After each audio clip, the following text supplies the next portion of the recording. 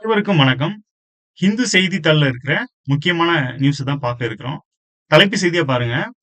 "Crude supply secure, no shortage of fuel minister" அப்படிங்கிற ஒரு headlines குடுத்திருக்காங்க. இதுல என்ன அப்படின்னு பார்த்தீங்கன்னா, அ நம்ம மத்திய பெட்ரோலியத்துறை அமைச்சர் ஒரு தகவல் குடுத்திருக்காங்க. என்ன அப்படின்னு பார்த்தீங்கன்னா, லோக்சபால ஒரு தகவல் குடுத்திருக்காங்க. என்ன அப்படின்னா, மாதாந்திரத்துல 100% ஒதுக்கப்படுற அந்த கேஸ் வந்து ஆயில் கேஸ் வந்து 20% வந்து வணிக பயன்பாட்டிற்காக பயன்படுத்தப்படுது அப்படிங்கிற மாதிரி ஒரு ஸ்டேட்மெண்ட்டை கொடுத்திருக்காங்க. ஸோ அதை தான் தலைப்பு செய்தியை கொடுத்திருக்காங்க. அடுத்ததா பாருங்க, கவர்னர் தமிழ்நாட்டுக்கு வந்து நியூ கவர்னர் வந்து அப்பாயிண்ட் பண்ணப்பட்டிருக்காங்க. ஸோ அவங்க ஆல்ரெடி கேரளாவோ கேரளாவோட கவர்னர் வந்து incharge assume charges as Tamil Nadu governors அப்படின்னு சொல்லி கொடுத்திருக்காங்க. அவங்க பேர் பாருங்க, அர்லேக்கர் அப்படிங்கிறது தான் அவளோட பேரு.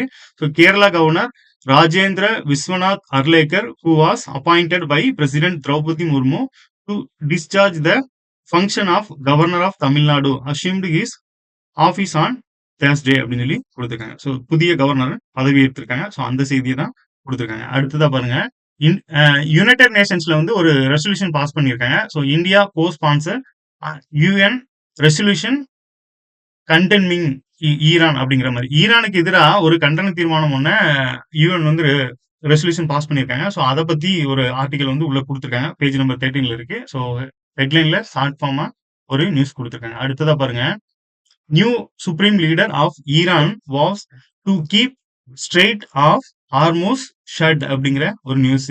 இதுல யாரா கொடுத்துருக்காங்க அப்படின்னா, புதிய சுப்ரீம் லீடரா பதவியேற்ற ஈரானோட தலைமை அவரை தான் கொடுத்துருக்காங்க. அவரோட பேர் பாருங்க, அசையத்துல்லா மொஜ்தாப் ஹமேனி அப்படிங்கறதா அவரோட பேரு. ஸோ அவரையும் தெரிஞ்சுக்கோங்க. அடுத்து வந்து இவர் வந்து என்ன சொல்லியிருக்காரு அப்படின்னு பாத்தீங்கன்னா, அந்த ஹார்மோஸ் அந்த பாதையை வந்து அடைச்சே வச்சிருப்போம் அப்படிங்கிற மாதிரி தான் சொல்லியிருக்காங்க.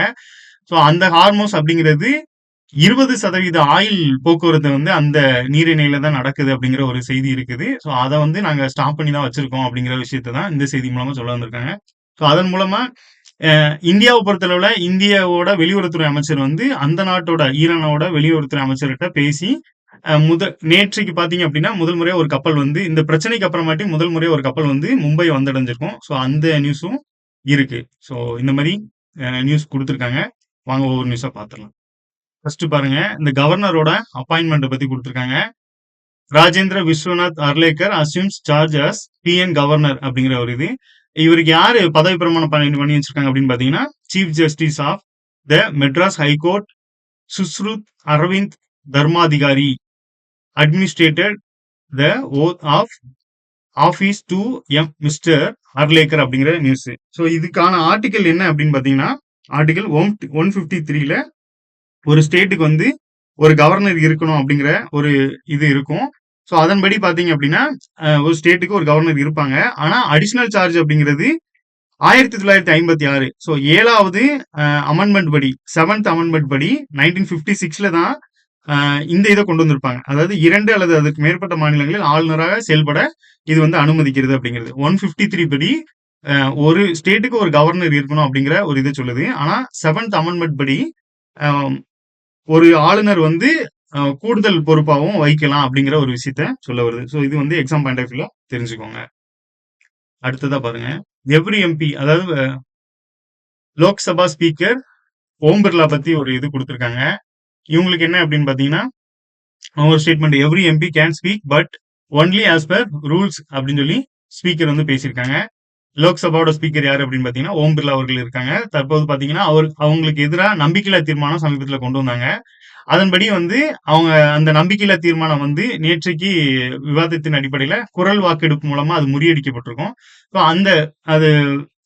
அதன் பின்பாடு அவங்க அந்த டைம்ல பாத்தீங்க அப்படின்னா அவங்க வந்து அந்த போஸ்டிங்ல இருக்க முடியாது. ஸோ அவங்களுக்கு எதிராகவே அந்த தீர்மானம் கொண்டு வரும்போது அவர் அந்த போஸ்டிங்ல இருக்க முடியாது.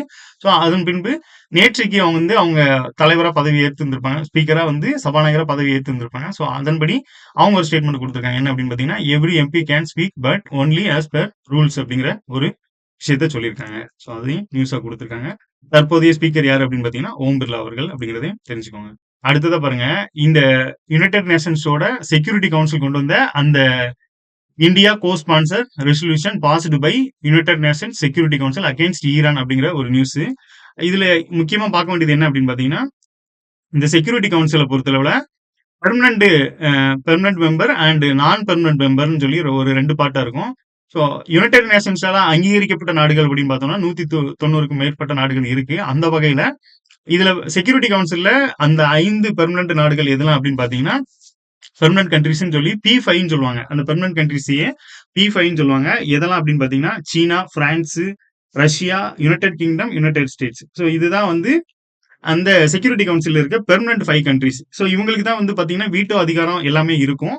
ஸோ அந்த வகையில இந்த 5 கண்ட்ரி இருக்கு. நான் பெர்மனன்ட் கண்ட்ரிஸ்ல 10 நாடுகள் இருக்கும். அது வந்து சுழற்சியின் அடிப்படையில வந்து நிறைய நாடுகள் வந்து அதுல பங்கு கொள்வாங்க. அந்த வகையில இந்தியா வந்து பாத்தீங்கன்னா 8 டைம்ஸ் அந்த நான் பெர்மனன்ட் கண்ட்ரிஸ்ல வந்து நான் பெர்மனன்ட் மெம்பர்ஸ்ல வந்து பார்ட்டிசிபேட் பண்ணியிருக்காங்க. ஸோ லாஸ்டா பாத்தீங்க அப்படின்னா 2021 டு 2022 வரைக்குமே நம்ம வந்து லாஸ்டா நான் பெர்மனன்ட் மெம்பர்ஸ்ல வந்து பங்கு கொண்டிருக்கோம். நெக்ஸ்ட் பாத்தீங்க அப்படின்னா 2028 டு 2029 வரைக்குமே நம்ம வந்து பார்ட்டிசிபேட் பண்ண இருக்கோம். ஸோ நம்ம வந்து இந்த நான் பெர்மனன்ட் கண்ட்ரிஸ்ல வந்து நம்ம பார்ட்டிசிபேட் பண்ண இருக்கோம். நம்ம இந்தியாவை பொறுத்தளவுல இந்தியா வந்து இந்த பெர்மனன்ட் கண்ட்ரிஸ்லயே ஜாயின் பண்றதுக்காக நம்ம வந்து முயற்சிகளை மேற்கொண்டுட்டு வரோம் அப்படிங்கிறது குறிப்பிடத்தக்கது. ஸோ இந்த வகையில இந்த ரெசல்யூஷன் பாத்தீங்க அப்படின்னா 134க்கு மேற்பட்ட நாடுகள் 134 countries that demanded the immediate cessation of all attacks by the Islamic Republic of Iran அப்படிங்கிற மாதிரி ஈரானுக்கு அகெயின்ஸ்டா இந்த 134 நாடுகள் வந்து ஆதரவு கொடுத்திருக்காங்க. அடுத்ததா பாத்துக்கிட்டீங்க அப்படின்னா இந்த 15 நாடுகள் இருக்கு பாத்தீங்களா, 5 பெர்மனன்ட் கண்ட்ரிஸ் அண்ட் 10 வந்து நான் பெர்மனன்ட் கண்ட்ரிஸ் இருக்காங்களா, இந்த 15 நாடுகள்ல 2 நாடு வந்து எந்த இதுமே 13 அந்த 15ல 13 நாடுகள் வந்து இது பண்ணிருப்பாங்க. 13 நாடுகள் வந்து இந்த யுனைடெட் நேஷன்ஸ் கவுன்சிலோட இந்த இதுக்கு ஆதரவு தெரிவிச்சிருப்பாங்க. 2 நாடுகள் சைனாவும் ரஷ்யாவும் பாத்தீங்க அப்படின்னா எந்தவித பதிலும் அளிக்காம அதுல இருந்து புறக்கணிச்சுட்டாங்க. அதை வந்து புறக்கணிச்சுட்டாங்க. அது வந்து அவங்களுக்கு ஆதரவும் போகல, அகேன்ஸ்டாவும் போகல. அந்த வாக்கெடுப்பை வந்து புறக்கணிச்சிட்டாங்க. அப்ப அதன்படி பாத்தீங்க அப்படின்னா அந்த 15ல 13 நாடுகள் வந்து அதுக்கு ஆதரவா இருக்காங்க அப்படிங்கிறதையும் தெரிஞ்சுக்கலாம். சோ இதுல வந்து இந்த ஒரு 134 நாடுகளுமே இந்தியாவுமே ஒன்னா இருக்கு அப்படிங்கிறதையும் இதன் மூலமா தெரிஞ்சுக்கோங்க. சோ இததான் வந்து India co sponsor resolution passed by United Nations against Iran அப்படிங்கிற ஒரு ரெசல்யூஷன் பத்தி கொடுத்திருக்காங்க. சோ யுனைடெட் நேஷன்ஸ் சார்பா இருக்கிறதுனால இது ஒரு முக்கியமான நியூஸா இருக்கு. அடுத்ததா பாருங்க, Saudi oil tanker reach Mumbai after crossing the strait of Hormuz அப்படிங்கிறது. ஸோ இது என்ன அப்படின்னு பாத்தீங்கன்னா, இந்த ஈரான் இஸ்ரேல் அமெரிக்கா இடையில இந்த போர் சூழல் நடந்துட்டு இருக்க நிலைமையில நம்மளுக்கு வந்து இந்தியாவுக்கு வர வேண்டிய இந்த ஆயில் எல்லாம் வந்து அந்த கப்பல் எல்லாம் வந்து முடக்கப்பட்டிருந்துச்சு. ஸோ அந்த வகையில நம்ம எக்ஸ்டர்னல் அஃபேர்ஸ் மினிஸ்டர் வந்து அவங்க ஈரானோட எக்ஸ்டர்னல் அஃபேர்ஸ் மினிஸ்டர்கிட்ட வந்து பேச்சுவார்த்தை நடத்திருப்பாங்க. ஸோ அது வந்து லாஸ்டா 2 டேஸ் வந்து போயிட்டு இருந்துச்சு. அந்த வகையில நமக்கான இந்தியாவுக்கான அந்த கப்பல் வழியை வந்து திறந்து விடுறதா வந்து அந்த நாட்டோட எக்ஸ்டர்னல் மினிஸ்டர் வந்து சொல்லியிருப்பாங்க. ஸோ அதன்படி பாத்தீங்க அப்படின்னா சவுதி ஆயில் டேங்கர் வந்து ரீச் இன் மும்பை, அதாவது சவுதியோட இது வந்து மும்பையை வந்தடைந்தது அப்படிங்கிற ஒரு செய்தியை நேற்று கொடுத்திருந்தாங்க. ஸோ அதையும் மென்ஷன் பண்ணியிருக்காங்க. அடுத்ததா பாருங்க, நம்ம தமிழ்நாட்டுல முந்தைய ஆளுநராக இருந்த ஆர்.என். ரவி அவர்கள் வந்து பாத்தீங்கன்னா வெஸ்ட் பெங்காலோட கவர்னரா நியமிக்கப்பட்டிருக்காங்க. So R N. Ravi sworn in as governor of west Bengal.